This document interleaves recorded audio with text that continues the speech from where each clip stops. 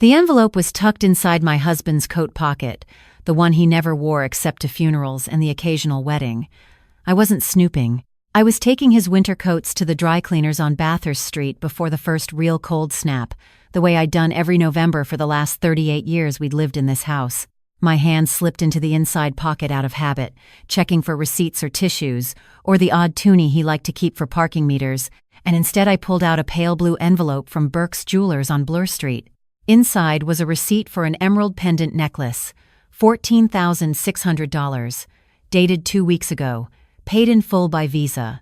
I stood in our front hallway in my housecoat and slippers, holding that piece of paper, and I could hear the grandfather clock my mother-in-law left us ticking in the living room like it was counting down to something. 41 years of marriage. 3 grown children, 5 grandchildren, a mortgage we'd finally paid off in 2019, and an emerald pendant necklace that had never, not once, touched my collarbone. I don't wear emeralds. My husband knows I don't wear emeralds. I've worn the same gold cross my grandmother gave me on my confirmation, and the small sapphire studs he bought me on our honeymoon in Prince Edward Island, and that's about it. I'm not a jewelry woman. He used to tease me about it back when he still teased me about things. He'd say, "Margaret, if I ever buy you diamonds, you'll leave them in a drawer and forget they exist." And I'd laugh, because he was right. So, who was wearing that emerald pendant? I put the envelope back in his coat pocket exactly where I found it. I hung the coats in the hall closet. I made myself a cup of red rose tea, and I sat at the kitchen table, and I stared out at the maple tree in our backyard, the one that had turned the most ridiculous shade of orange that week, and I tried to think clearly. I tried to be the woman I've always prided myself on being. Reasonable, steady. A nurse for 34 years at Toronto General before I retired in 2018. I know how to hold my hands still in a crisis. But my hands were shaking. My husband's name is Gordon Prescott. He's 68 years old, and in 3 weeks he was going to retire from the engineering firm where he'd worked for 42 years. They were throwing him a retirement dinner at the Albany Club downtown, a proper sit-down affair with speeches and a slideshow and a plaque with his name on it. When I'd asked him about coming along, he'd gotten that funny look on his face, the one where he pinches the skin between his eyebrows, and he'd said, "Maggie, it's a work thing. Spouses aren't really part of it. It would be awkward." I'd accepted that at the time. I didn't want to embarrass him. Gordon has always been private about his work, the way a lot of engineers are. He comes home, he takes off his shoes, he pours himself one scotch, and he talks about the grandkids or the Leafs or what the squirrels have done to the bird feeder. He doesn't talk about colleagues. I've met maybe 4 people he works with in 4 decades, and that was at the Christmas party he dragged me to in 1997 and hated every minute of. But now there was an emerald pendant, and there was a retirement party I wasn't invited to. And there was a woman, somewhere, who got to wear $14,000 of green stones around her neck while I wore my grandmother's cross. I didn't sleep that night. I lay beside Gordon in our bed, and I listened to him snore the way he snored since 1984, and I cataloged every late night at the office this past year. Every weekend he'd driven into the city to catch up on files. Every phone call he'd taken on the back porch with the door closed. A year ago I would have bet my life he was faithful. A year ago I would have told you Gordon Prescott was the most boring, loyal, unimaginative man in Etobicoke. By morning I had a plan. My daughter Caroline lives in Mississauga and works as an event coordinator. She'd mentioned, offhandedly, that her friend Deirdre ran a catering company that did a lot of corporate events downtown. It took me one phone call and one lie about wanting to surprise Gordon to find out that Deirdre's company, Maple Leaf Hospitality, was indeed catering the Prescott retirement dinner on the 18th. They were short 2 servers. I said I had a niece visiting from Saskatchewan who needed the cash. Deirdre said to have her come in for a quick briefing the morning of. I am a 64-year-old woman with gray hair. I've let go natural for 6 years, and a body that has carried 3 babies and outrun a few too many hospital cafeteria muffins. But I'm 5'4" and slim, and when I dyed my hair back to brown at the Shoppers Drug Mart on Eglinton, and cut my bangs myself in the bathroom mirror, and added the pair of thick black-framed glasses I'd bought for reading and never liked, I did not look like Margaret Prescott. I looked like a tired woman in her 50s who needed the job. I practiced a different voice, too. I grew up in Moncton, New Brunswick, and I still have traces of that accent when I'm tired. I let those traces come forward. I flattened certain vowels. I spoke lower and slower. When I called Deirdre's office on the morning of the event pretending to be my niece, she didn't suspect a thing. The Albany Club is on King Street East, one of those heavy old brick buildings with leaded glass windows and portraits of dead prime ministers on the walls. I arrived at 3 p.m. in my black server's uniform with a white apron tied around my waist, my hair pulled back into a low bun, my reading glasses perched on my nose, and a name tag that said Elaine pinned above my heart. Elaine was my mother's name. She'd been dead 9 years, and I missed her every day, and I thought if I was going to do something this insane, I wanted her with me. The head server was a young man named Kyle who had more energy than sense. He walked me and the other new hire through the flow of the evening. Cocktails at 6 in the library room, dinner served at 7 in the dining hall, dessert and speeches from 8:30 onward. My job was simple. Pass trays of canapés during cocktails, pour wine during dinner, clear plates, stay invisible. Easy, Kyle said. Just remember, don't make eye contact with the guests unless they speak to you first. Your furniture, your wallpaper, you're the nicest wallpaper that ever lived. I nodded. Invisible. I could do invisible. I saw Gordon at 6:23. He walked into the library room wearing the navy suit I'd picked out for him at Harry Rosen in 2019 for our grandson's baptism, and he looked handsome, the way he always looks handsome when he remembers to stand up straight. He was shaking hands with a man I didn't recognize, a younger man, maybe 40, black, well-dressed, laughing at something Gordon had said. I walked past them with a tray of smoked salmon on pumpernickel, and I held my breath, and Gordon didn't look at me, not even a glance. I almost laughed. 41 years of marriage, and the man didn't recognize his own wife when she was holding food 3 feet from his face. Then I saw her. She came in on the arm of one of Gordon's colleagues, a balding man I vaguely remembered from the '97 Christmas party. She was in her early 30s, maybe, with dark blonde hair swept up into a chignon and a sleek black cocktail dress that had clearly cost more than my monthly RRSP contribution. And around her neck, catching the light from the old brass chandeliers, was an emerald pendant on a gold chain. I nearly dropped the tray. I stood there, a 64-year-old woman in a server's apron, holding salmon on pumpernickel, and I watched her cross the room and place her hand on my husband's shoulder. Not a handshake, not a quick greeting. A hand, resting on his shoulder, lingering there, and Gordon turned to her and smiled the softest smile I've ever seen on his face. I had to walk away. I walked straight into the service hallway and I stood with my back against the wall and I breathed the way I used to teach my patients to breathe before a procedure. In for 4, hold for 4, out for 6. When I came back out, the pendant woman was standing with a small group by the window, laughing. Gordon was across the room now, talking to someone else. I drifted closer to her group with my tray, close enough to hear. He talks about his wife constantly, she was saying. I mean constantly. I've worked with Gordon for 6 years, and I think I know more about Margaret than I know about my own mother. The woman beside her, older, with gray bobbed hair, laughed. He showed me pictures of her garden last summer, like 45 pictures of tomatoes. I thought I was going to have to fake a phone call to escape. He called her during the Henderson acquisition, said a man behind them, middle of the negotiation. Stepped out to call Margaret because she'd had a doctor's appointment that morning, and he wanted to hear how it went. Henderson himself said to me, "That's the kind of man I want handling my money." I stood there with my tray of salmon and I didn't know what I was hearing. I didn't know what world I was in. The pendant woman touched her necklace absent-mindedly as she spoke. My eyes went to it again. She saw me staring, and for one terrible second, I thought I'd been caught. But she just smiled at me, the polite half-smile people give to service staff, and said, "Could I get one of those?" I held out the tray. My hand was surprisingly steady. "Thank you," she said. Then to her friends, Gordon gave me the bigged compliment today. He said when he retires he hopes I'll take over his office because I'm the only one he trusts with the Margaret files. "The what?" said gray bobbed hair. The pendant woman laughed. "It's this whole system he's built. Investment accounts, insurance, trust structures. All of it set up to take care of his wife if anything happens to him. He spent the last 2 years reorganizing everything. Says he won't rest until he knows she's protected for the rest of her life. The man is a romantic, an accountant-brained romantic." I walked away before my face could give me away. I found a quiet corner by the coat check, and I put my tray down on a sideboard and I leaned against the wall and I tried to understand what I had just heard. I tried to understand what any of it meant. The pendant. The secrecy. The woman's hand on his shoulder. The Margaret files. And then I heard my name again, from a different direction, and I looked up, and Gordon was 15 feet away from me talking to a tall woman I didn't recognize. I ducked my head and pretended to adjust my apron, but I could hear him. "She has no idea," Gordon was saying.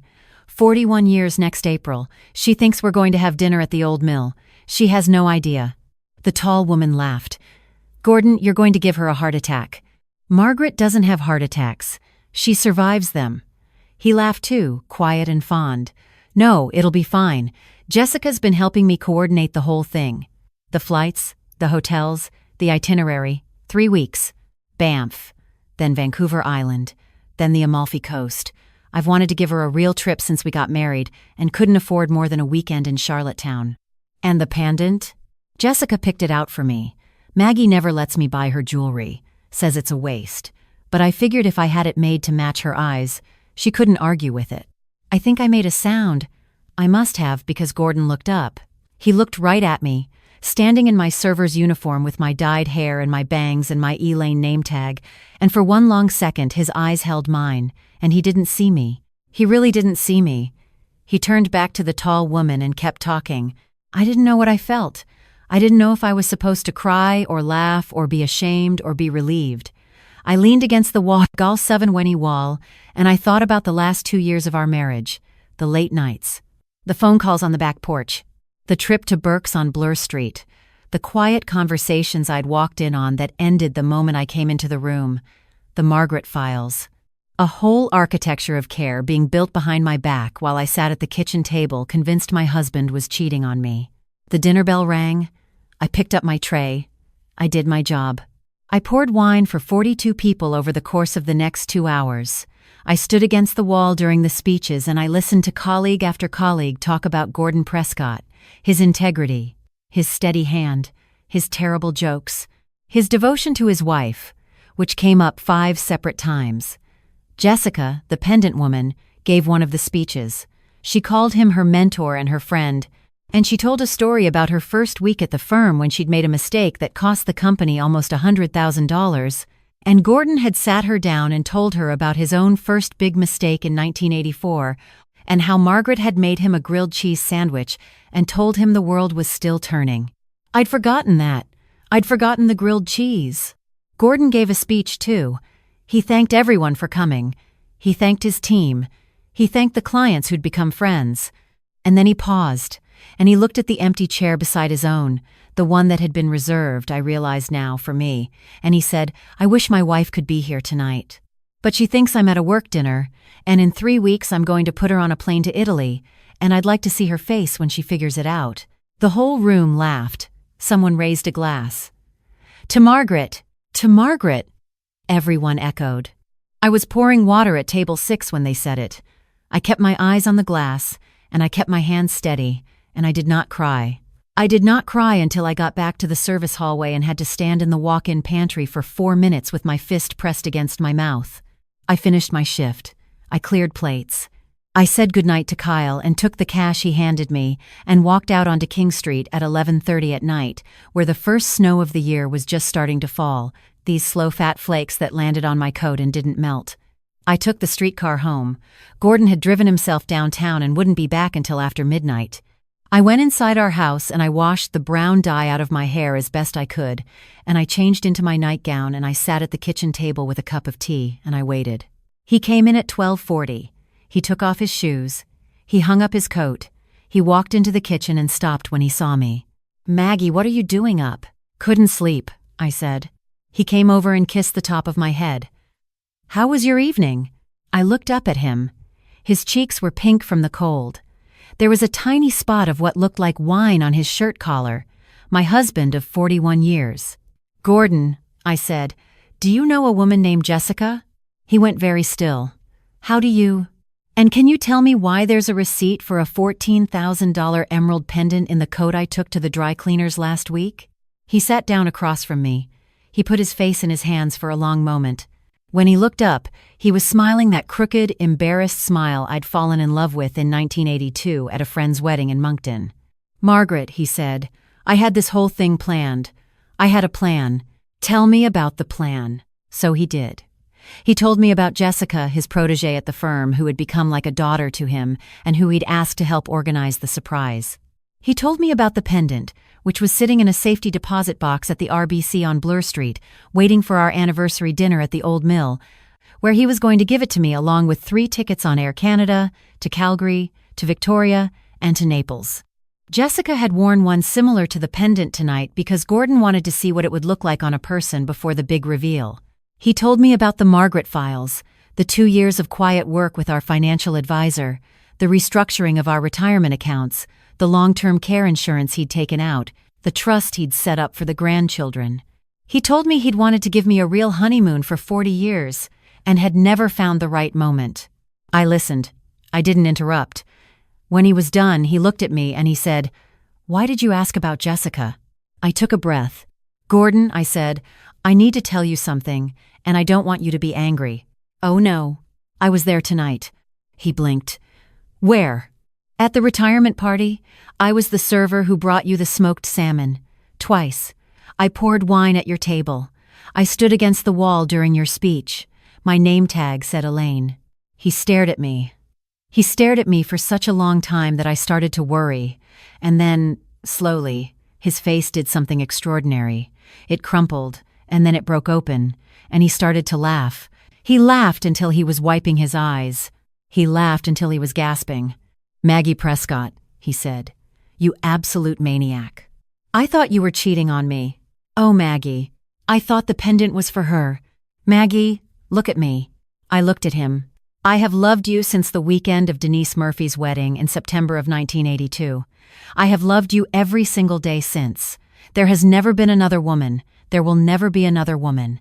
I'm 68 years old and my knees hurt and I'm retiring in 3 weeks, and the only thing I have ever wanted to do with the rest of my life is sit on a porch somewhere with you and complain about the weather." I started to cry. He came around the table and he knelt on our kitchen linoleum, this man with bad knees, and he put his arms around me. "You went undercover," he said into my shoulder. "You dyed your hair. You wore a fake name tag. Margaret, I was going to buy you a plane ticket. You could have just asked me." "I did ask you. You said spouses weren't invited, because you were supposed to be the surprise at the end, not the beginning." I laughed, wet and ugly, into his shirt collar. We sat on the kitchen floor for a long time. He told me the full itinerary: Banff for 5 days, ferry to Vancouver Island and a week on the coast, then the flight to Rome and down to the Amalfi Coast. He'd arranged for Caroline and her husband to take care of the house. He'd arranged for our neighbor to feed the bird feeder. He'd arranged for everything. "The pendant," he said, "is supposed to match your eyes. Jessica wore hers tonight so I could see if the setting worked. I want you to know that. I want you to know that even in my surprise, there were only ever 2 women involved, and one of them is you, and the other picked it up from the jewelers as a favor." "I know," I said. "You know? I heard her, Gordon. I heard her talking about you. I heard what they all said about you." He was quiet for a long time. "What did they say?" I told him. I told him about the tomato pictures, and the Henderson call, and the grilled cheese from 1984 that Jessica remembered because he'd told her about it, and the Margaret files, and the way everyone at that party knew his wife's name without ever having met her, because my husband had spent 42 years telling them about me. He cried then. Gordon cried about 3 times in his life that I've seen, and that was one of them. We didn't go to bed that night. We sat on the kitchen floor in our housecoats, and we talked until the sky started to go pale over the maple tree out back. He got out a map of Italy and showed me the hotels. He got out the pictures of the pendant from his phone and let me see it for the first time. Emerald green, deep and old-looking, set in yellow gold. "My eyes aren't green," I said. "Your eyes have green in them. Nobody sees it but me." 3 weeks later, at the Old Mill, he gave me the necklace at dessert. I put it on. I've worn it every day since. We flew to Calgary in May. Banff was every bit as beautiful as the calendar's promise. We took a helicopter tour over the Columbia icefield, and I held his hand so hard I bruised his knuckles. We saw a grizzly bear with 2 cubs from a safe distance on the Bow Valley Parkway. We stayed in a cabin where the windows faced the mountains, and we drank coffee at 5 a.m. watching the sun come up off the rocks. In Victoria, we walked the seawall every evening. We ate fish and chips on a patio overlooking the harbor and watched float planes take off for Vancouver. He bought me a watercolor from a woman painting on the boardwalk. It's hanging in our front hall now. In Italy, he held my hand on the Amalfi Coast and told me he was sorry for every anniversary he'd missed, and every birthday he'd forgotten, and every school play he'd been too tired to enjoy. I told him I'd forgiven him for all of that a long time ago. I told him I'd forgiven him before he'd even asked. We sat on a terrace in Positano on our last night overseas, and the sky went from gold to pink to purple to black, and the stars came out one at a time, and Gordon took my hand and he said, 41 years, Maggie. 41 years, I said. Should we try for 41 more? I don't think we've got 41 more in us, Gordon. Then we'll take whatever we've got. I nodded. I watched the stars. My emerald pendant caught the candlelight on the terrace table. Somewhere down below the coast road, a bell was ringing, and a dog was barking, and a woman was calling a child in for bed in a language I didn't speak, and it was the most beautiful sound I'd ever heard. I never told him about Elaine the server. I never told him how close I'd come to walking in on his speech and shouting across the room. I never told him about the 4 minutes in the pantry with my fist pressed against my mouth. Some stories belong to you alone, even inside a marriage. But I'll tell you this. If I had it to do again, I would dye my hair. I would put on the apron. I would stand against the wall during his speech and listen to 42 people raise a glass to a woman they'd never met. Because I spent an evening as a stranger in my own husband's life, and I found out the truth I should have trusted all along. He had been telling them about me. For 41 years, in every office and every meeting and every quiet corner of a room, he had been telling them about me. That is what a good marriage sounds like, from the outside. I just had to borrow a tray of smoked salmon to hear it.